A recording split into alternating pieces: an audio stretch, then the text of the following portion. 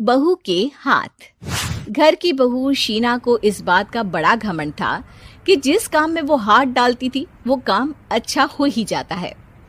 शीना की हर बात में हाथ का इस्तेमाल जरूर होता था। एक दिन शीना का पति आकाश उससे कहता है, कल जो वो भिंडी बनाई थी ना तुमने, वाह वाह वाह वाह, मजे आ गए। मैंने अपने हाथों से बनाई थी। मेरे हाथों में वैसे भी जादू है, जिस चीज को छू लेती हूँ सोना बन जाती है। अब ये थोड़ा ज्यादा हो रहा है। मतलब अगर हर चीज को छू के सोना ही बना देती हो तुम, तो हमारे नाम के पीछे भी अंबानी ही लगा देते हम। चुप रहो, मुंह पे हाथ रख लो, कुछ भी बोलते रहते हो। शीना की सास बगिया से पूजा के लिए फूल चुन रही थी। सुंदर, अति सुंदर, कितने प्यारे गुलाब के फूल हैं। भगवान जी खुश हो जाएंगे। मैंने अपने हाथों से जो पौधा लगाया था, मेरे हाथों की कोई भी चीज बेकार नहीं जाती।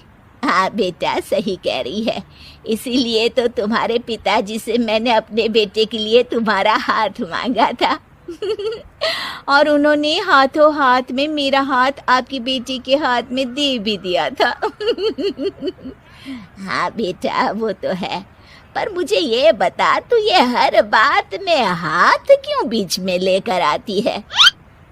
माँ जी, पंडित जी ने हाथ मेरा देखकर नैनीताल में कहा था कि मेरे हाथ जगन्नाथ हैं, मेरे हाथों से कभी कोई काम नहीं बिगड़ेगा।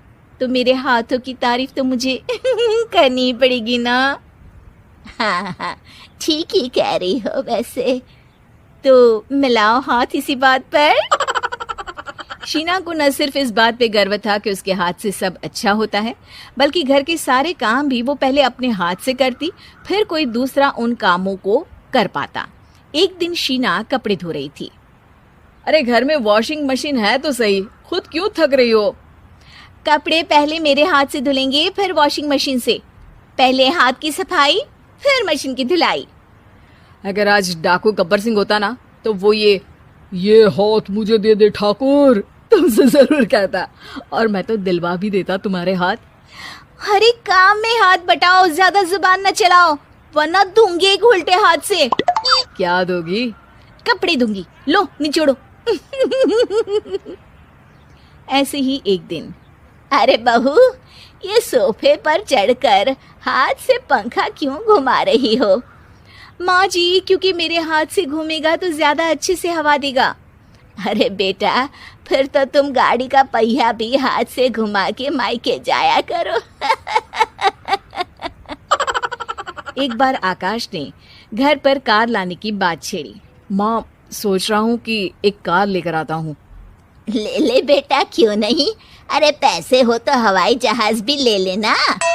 हाँ, पैसा तो हाथ का मेल है, ले लेते हैं। इस हाथ पैसे देंगी, उस हाथ कार ले लेंगी। मुझे तो लगता है कि बहू कार भी अपने हाथों से धक्का लगाकर घर लाएगी। वो तो नहीं करूंगी, लेकिन सबसे पहले स्टीयरिंग पर हाथ मैं ही लगाऊंगी, ताकि गाड़ी का आना शुभ हो। अरे घर ले आने तो दो, फिर हाथ लगा लेना। लेकिन शीना नहीं मानती।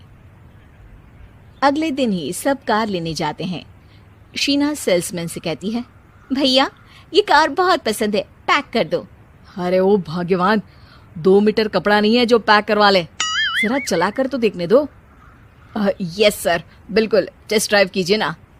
अरे नहीं नहीं, सबसे पहले मैं हाथ लगाऊंगी गाड़ी को, मेरे हाथ अच्छे हैं। अरे यार, हाथ तो मैं भी धोता ही हूँ, और आजकल तो सैनिटाइजर से भी धोता हूँ। मेरे काम में हाथ ना अड़ाओ। अरे टांग ना अड़ा होता है भाग्यवान, हाथ नहीं। शीना ड्राइविंग सीट पर बैठ जाती है और आकाश उसे गाड़ी के फंक्शन समझाता है।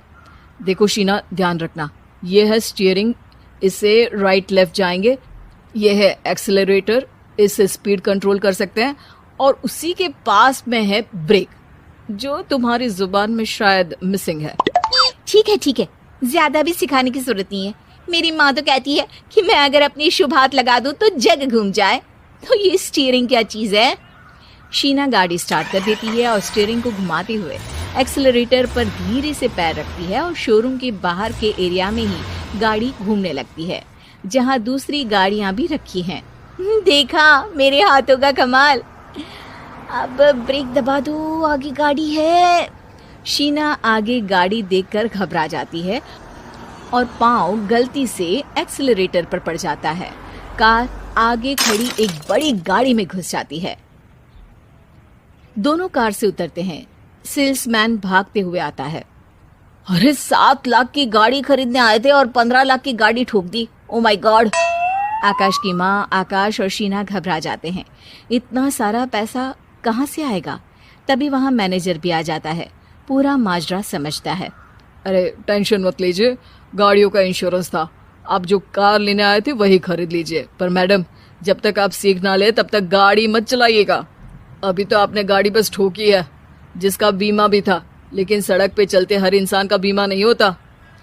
अरे मेरे हाथों से छुप भी गया ना तो उसकी जिंदगी बन जाएगी, और अगर चला भी गया तो स्वर्ग ही पाएगा।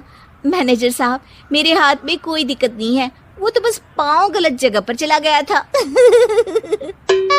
शीना की बात सुनकर आकाश अपना सर पीटता है और उसकी सास अपने हाथ से खुद का मुंह छिपा लेती है और मैनेजर हाथ जोड़कर माफी मांग लेता है।